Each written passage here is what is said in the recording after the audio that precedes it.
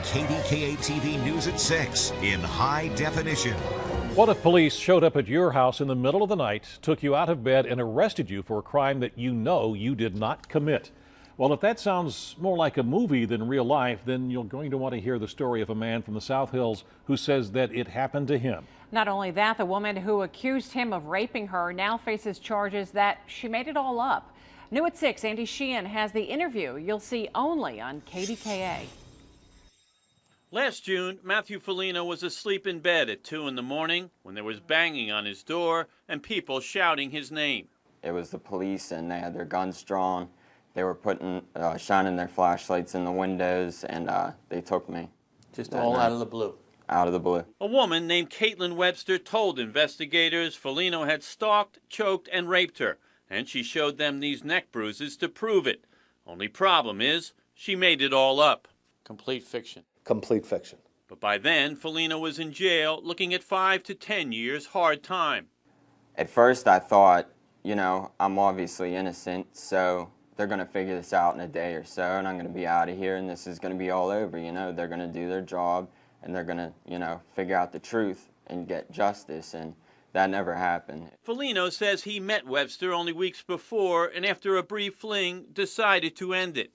But then Webster went to police with a story she would later tell in court, that Foligno came here to the South Park wave pool and called her out into the parking lot.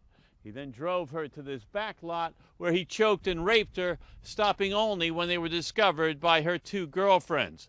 Then she says he shoved her out of the car and took off.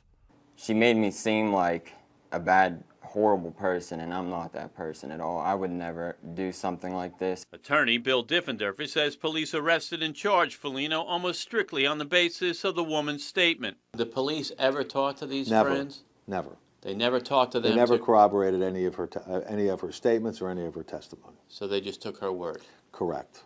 When his investigator contacted the 2 girlfriends, Diffenderfer says the women refuted the whole story, saying Webster had been out all night with another man and didn't want her father to know. The women said those choke marks on her neck turned out to be love bites from that other guy. It came right to light that this never happened, and they gave the whole story as to the sucker bites. They gave the story as to what they did the night before and the entire day after where this happened, and no one was ever at the wave pool, and they were with the alleged victim. So she wasn't even at the wave pool. And the Foligno family anger doesn't end with the girl. It's very disappointing to me that with these kinds of serious cases that clearly destroy people's lives, that more wasn't done to investigate it. County Police Superintendent Charles Moffitt defended his detectives on the case. They did what they could do in an instance like this. We had a girl at the hospital saying she was raped.